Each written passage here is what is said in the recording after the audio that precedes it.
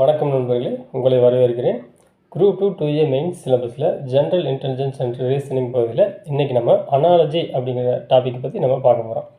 ஏற்கனவே இதில் 6வது டாப்பிக்கான டைஸ் டாபிக் பற்றி நம்ம வீடியோ வெளியிட்டிருக்கிறோம். அனாலஜி அப்படின்னா நண்பர்களே, ஒப்புமை, ஒத்தத்தன்மை, இரு பொருட்களுக்கு இடையேயான ஒரே மாதிரியான உறவு அப்படின்னு சொல்லலாம். நம்ம மேக்ஸில் ரேஷன் ப்ரொபோர்ஷன் படிச்சிருப்போம். அதே மாதிரி தாங்க இது, ஆனால் அதிலிருந்து சற்று மாறுபட்டது. அனாலஜி அப்படிங்கிறது எப்படி குறிப்பிடலான்னு பார்த்தோம்னா, 2 ரேஷியோ சிம்பிளுக்கு இடையில் ஒரு ப்ரொபோர்ஷன் சிம்பிள் இருக்கும். இப்படி தான் அனாலஜியை குறிப்பிடுவாங்க. இந்த ப்ரொபோர்ஷன் சிம்பிள் இடது பக்கமாக உள்ள விகிதத்திற்கு வலது பக்கமாக உள்ள விகிதம் சரிக்கு சமமாக உள்ளது என்பதை தான் இது குறிக்குது.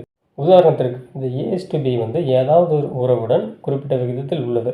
அந்த A/Bக்கு உள்ள அதே உறவு தான் B/Cக்கும் உள்ளது என்பதை தான் இந்த அனாலஜி விளக்குகிறது. பொதுவாக அனாலஜி 3 வகையாக இருக்கிறது நண்பர்களே. ஒன்று லெட்டர் அனாலஜி, இரண்டாவது வேர்டு அனாலஜி, மூணாவது நம்பர் அனாலஜி. இந்த 3 டைப்ஸ் இருந்தால் நண்பர்களே எக்ஸாம் கேள்வி கேட்பாங்க. அதுவும் 10th ஸ்டாண்டர்ட் லெவலில் ரொம்ப ஈஸியாக தான் கேள்வி இருக்குது. நம்ம இந்த 3 வகையான அனாலஜிகளையும் தமிழ்நாட்டில் நடந்த வெவ்வேறு வகையான கவர்மெண்ட் எக்ஸாமில் கேட்கப்பட்ட கேள்விகளை ஆதாரமாக வச்சு அசல் வினாத்தாள் எடுத்துக்காட்டுகளோட நம்ம ஒவ்வொன்றா பார்க்க போகிறோம். வாங்க பார்க்கலாம். ஃபஸ்ட்டு லெட்டர் அனாலஜியை பார்த்துருப்போம். இந்த முதல் கேள்வி நண்பர்களே TNUSRB, அதாவது போலீஸ் எக்ஸாமில் கேட்கப்பட்ட ஒரு கேள்வி. லெட்டர் அனாலஜியை பொறுத்தளவு கேள்விகள் இந்த மாதிரி தான் நண்பர்களே இடம்பெறும். லெட்டர் அனாலஜி அப்படின்னா ஒரு குறிப்பிட்ட உறவில் ஆங்கில எழுத்துக்கள், அதாவது ஆங்கில எழுத்துக்கள் அல்லது தமிழ் எழுத்துக்கள் மட்டும்தான் இடம்பெற்றிருக்கும். அதற்கான உறவுகளை நம்ம கண்டுபிடிக்கணும். அதுதான் லெட்டர் அனாலஜி. இங்கே ஃபஸ்ட்டு கேள்வியை பார்த்தோம்னா நண்பர்களே, ABC is to ZYX, CBA is to question mark கொடுத்துருக்காங்க. இங்கே ஆன்சராக XYZ வரும். இங்கே எப்படி வந்துச்சுன்னு பார்த்தோம்னா, ஏவை 1ன்னு வச்சுக்கிட்டு நம்ம எழுதினோம்னா Z 26வது நம்பராக வரும்.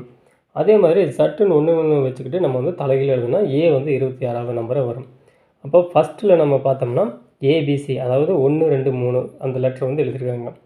வலது பக்கம் ZYX, அதாவது தலைகீழாக இருந்து 1 2 3 எழுதியிருக்காங்க. அதாவது Z 1 ஆகும், Y 2 ஆகவும், X 3 ஆகவும் இருக்கும். கீழே பார்த்தோம்னா CBA, அதாவது 3 2 1 அப்படின்னு எழுதியிருக்கிறாங்க. இந்த கொஸ்டின் மார்க்கில் என்ன வரும்னு பார்த்தோம்னா, நம்ம தலைகீழாக அந்த ZYX 1 2 3ன்னு வச்சு எழுதினோம்னா அங்கே 3 2 1ன்னு XYZ தான் வரும். அப்போ ஆன்சர் CBAக்கு சரியான விகிதத்தில் தொடர்புடையது XYZ ஆகும். இப்போது இதே மாதிரியான மற்றொரு எடுத்துக்காட்டை பார்த்துருவோம். எக்ஸாம்பிள் 1ல் ABD is to ZYW. இங்கே என்ன உறவுகள் இருக்குன்னு பார்த்தோம்னா ABD, அதாவது AB அப்புறம் Cயை ஸ்கிப் பண்ணிவிட்டு D எழுதியிருக்காங்க. இஸ் டு ZYW, அதாவது தலைகீழாக இருந்து ZYXை ஸ்கிப் பண்ணிவிட்டு W எழுதியிருக்காங்க. இங்கே வலது பக்கம் என்ன வரும்னு பார்த்தோம்னா EFH, அதாவது EFGH, Gயை ஸ்கிப் பண்ணியிருக்காங்க. இங்கே வலது பக்கம் எத்தனாவது லெட்டர்லேருந்து ஸ்டார்ட் ஆக இருக்குன்னு பார்த்தோம்னா 5வது லெட்டர்லேருந்து, அதாவது ABCDயை ஸ்கிப் பண்ணிவிட்டு EF அப்புறம் Gயை ஸ்கிப் பண்ணிவிட்டு H எழுதியிருக்காங்க.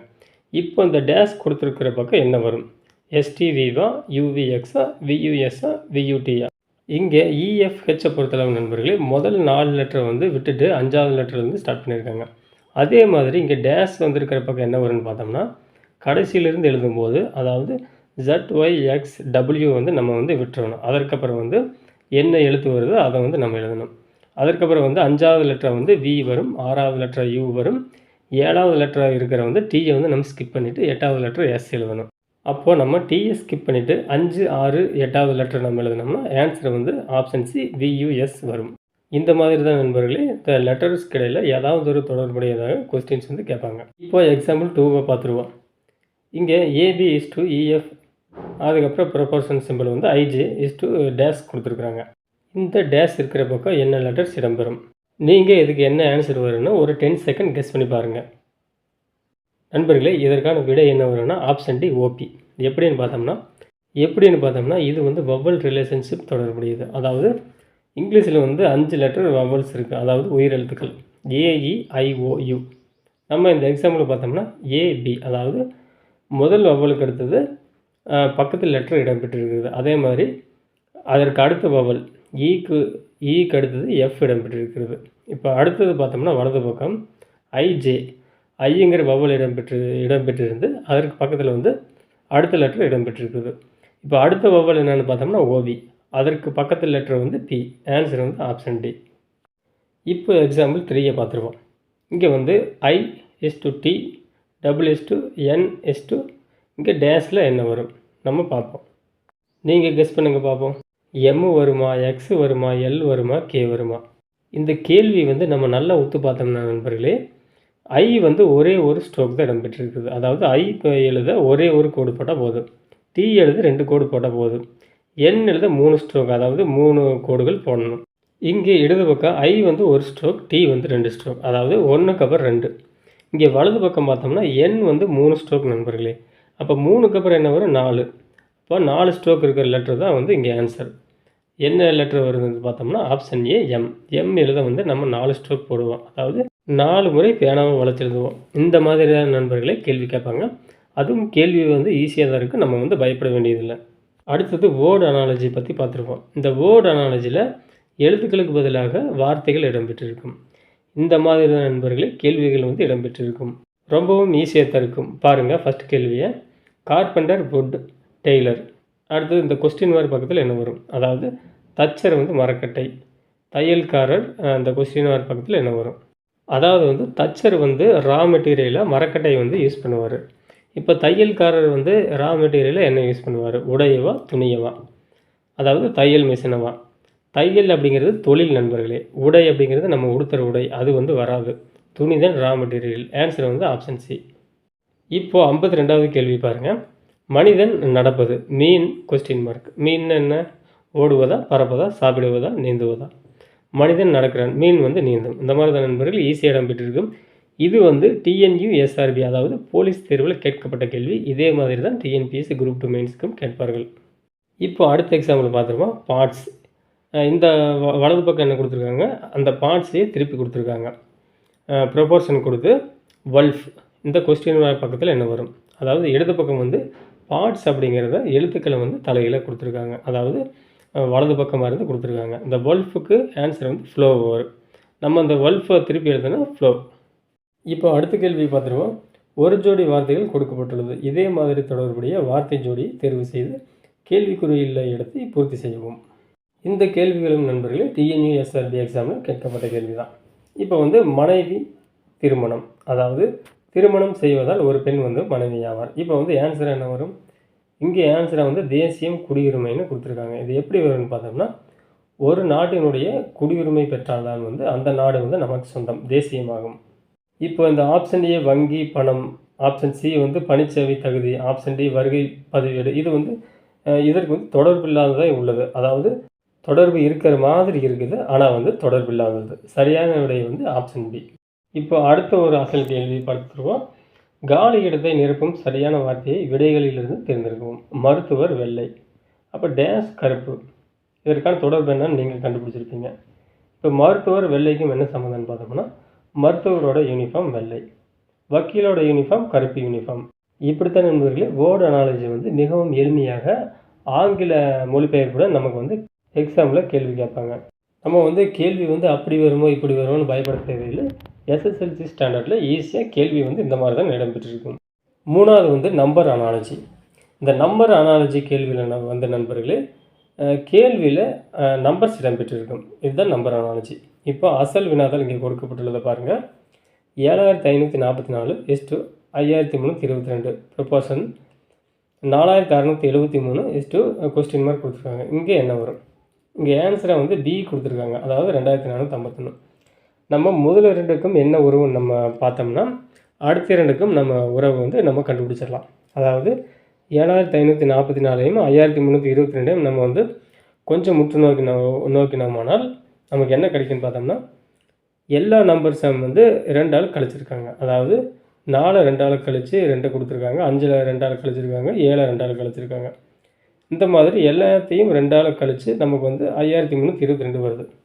அதே மாதிரி 4673 2222ஆல் கழிச்சோம்னா நமக்கு என்ன ஆன்சர் வரும்னா 2451. இப்படித்தான் நண்பர்களே எக்ஸாம்பிள் வந்து கொஸ்டின்ஸ் ஈஸியாக இடம்பெற்றிருக்கும். நம்ம வந்து பயப்பட தேவையில்லை. நம்பர் அனாலஜி பொறுத்தளவு நண்பர்களே கூட்டல், கழித்தல், பெருக்கல், வகுத்தல் அல்லது இந்த ஸ்கொயர் வேல்யூ, கியூப் வேல்யூ இது சம்மந்தப்பட்ட கேள்விகள் தான் நண்பர்களே இடம்பெறும். இந்த அனாலஜி பொறுத்தளவு நண்பர்களே நமக்கு வந்து கொஞ்சம் கஷ்டமாக தெரிகிற பகுதி எதுன்னு பார்த்தோம்னா இந்த நம்பர் அனாலஜி தான். இந்த நம்பர் அனாலஜியில் நீங்கள் வந்து நிபுணத்துவம் பெறணும்னா என்ன பண்ணலான்னு பார்த்தோம்னா, நீங்கள் வந்து ஏதாவது ஒரு புக்கை ரெஃபர் பண்ணலாம். அப்படி இல்லாட்டி நீங்கள் வந்து யூடியூப் ஷார்ட்ஸை அதற்கான ஷார்ட்ஸை நம்ம அடிக்கடி பார்க்கும்போது அதில் வந்து நம்ம ஓரளவுக்கு தேர்ச்சி பெற்றலாம். இப்போ செகண்ட் எக்ஸாம்பிள் பார்த்துருவோம். 27:243 இதற்கிடையே என்ன உறவு இருக்குன்னு நம்ம கண்டுபிடிக்கலாம். அதாவது 3 வந்து க்யூப் பண்ணோம்னா 27 வருது. இந்த 3^5 அப்படின்னு போட்டோம்னா 243 வருது. இப்போ 27க்கும் 240க்கும் என்ன தொடர்புனா 3^3 3^5 அப்படிங்கிறது இதற்கான தொடர்பு. இதே மாதிரி 125 நம்ம வந்து எதை க்யூப் பண்ணால் 125 வரும், 5 க்யூப் பண்ணால் 125 வரும். இப்போ இந்த டேஷ் கொடுத்துருக்கிற பக்கம் என்ன வரும்னா உங்களுக்கே தெரிஞ்சிருக்கும். 5 வந்து 5 டைம்ஸ் பவர் பண்ணால், அதாவது 5^5 அதற்கான ஆன்சர் தான் இதற்கான விடை. ஆன்சர் வந்து ஆப்ஷன் சி நண்பர்களே, 3125. இந்த மாதிரி நண்பர்களே முதல் இரண்டுக்கும் நம்ம வந்து தொடர்பாக கண்டுபிடிச்சிட்டோம்னா அதே மாதிரியான தொடர்பு வந்து இந்த வலது பக்கம் இருக்கிற அடுத்த இரண்டுக்கும் இருக்கும். இங்கே மூணாவது கேள்வி பாருங்கள் நண்பர்களே. கேள்வி வந்து 23:29, வலது பக்கம் வந்து 43, இங்கே டேஷ் கொடுத்துருக்கிற பக்கம் என்ன வரும் நீங்கள் கெஸ் பண்ணுங்கள் பார்ப்போம். அதாவது 45, 47, 51, 53. இதை நல்லா ஒத்து பார்த்தோம்னா நண்பர்களே 23க்கு அப்புறம் 6 கூட்டி 29 வருது. அப்போ 43லேருந்து 6 கூட்டினா 49 வரணும், ஆனால் வரல. அப்போ எந்த மாதிரியான தொடர்பு இருக்கும், ரிலேஷன்ஷிப் இருக்கும்? அதாவது 23 அப்படிங்கிறது பகா எண் நண்பர்களே. அதற்கு அடுத்த பகா எண் எதுன்னு பார்த்தோம்னா 29. பகா எண் அப்படின்னா அதை வந்து பிரிக்க முடியாது. அதாவது அதை வந்து எந்த ஒரு எண்ணாலையும் வகுக்க முடியாது ஒன்றை தவிர. அதாவது 1 அல்லது அதே எண்ணை தவிர வேறு எந்த எண்ணாலும் வகுக்க முடியாத எண் தான் பகா எண். இப்போ வந்து வலது பக்கம் வந்து 43 இருக்குது. இந்த டேஷ் கொடுத்துருக்கிற பக்கம் என்ன வரும்? அதற்கு அடுத்த பகா எண். அதற்கு அடுத்த பகா எண் என்னன்னு பார்த்தோம்னா 47. ஆப்ஷன் பி சரியான விடை. இப்போ நாலாவது கேள்வி பார்ப்போம். 1:1 ப்ரொபோர்ஷன் 5 டேஷ். அதாவது இந்த டேஷ் கொடுத்துருக்கிற பக்கம் என்ன வரும்? 10, 15, 25, 125, 225. இங்கே பார்த்தோம்னா நண்பர்களே 1:1, அதாவது ரெண்டுமே ஒன்றா தான் இருக்குது. அப்படிங்கும்போது இந்த 5க்கு பக்கத்தில் 5 கொடுக்கலாம், ஆனால் ஆப்ஷனில் வந்து 5 இல்லை. இப்போ வந்து 1:1 ஸ்கொயர்னு போடுவோம். அப்படி போட்டாலும் வந்து 1 ஸ்கொயர் அப்படின்னாலும் 1 தான். இப்போ 5க்கு பக்கத்தில் 5:5 ஸ்கொயர்னு போட்டோம்னா 25 வரணும். 25 போடலான்னு பார்த்தோம்னா ஆப்ஷனில் 25 இல்லை. அப்போ என்னவா இருக்கும்? 1:1 க்யூப் போடுவோம். 1:1 க்யூப் போட்டாலும் அதே 1:1 தான் வரும். இப்போ வலது பக்கம் பார்த்தோம்னா 5:5 க்யூப் போடுவோம். அப்படி க்யூப் போட்டோம்னா 125 வரும். இப்போ ஆப்ஷன் வந்து 125 இருக்குது. ஆன்சர் சி, அதாவது ஆப்ஷன் வந்து ஆன்சர் சி நண்பர்களே. இந்த மாதிரி வந்து நம்ம வந்து முதல் 2 விதமான தொடர்பை கண்டுபிடிச்சிட்டோம்னா நம்ம வந்து அடுத்த 2 விதமான தொடர்பை கண்டுபிடிச்சிடலாம். இந்த மாதிரி தான் நண்பர்களே எக்ஸாமில் வந்து கேள்விகள் வந்து எளிமையாக இருக்கும். நீங்கள் வந்து நிறைய படித்து உங்களை வந்து குழப்பிக்கொள்ள வேண்டாம். இந்த மாதிரி கொஸ்டின் பேப்பரையோ அல்லது வந்து யூடியூப் ஷார்ட்ஸையோ நீங்கள் வந்து ரெஃபர் பண்ணாலே போதுமானது. நன்றி நண்பர்களே. இந்த வீடியோ நிச்சயமாக உங்களுக்கு பயனுள்ளதாக இருந்திருக்கும் என்று நம்புகிறேன். அடுத்த தலைப்பில் சந்திப்போம். நன்றி.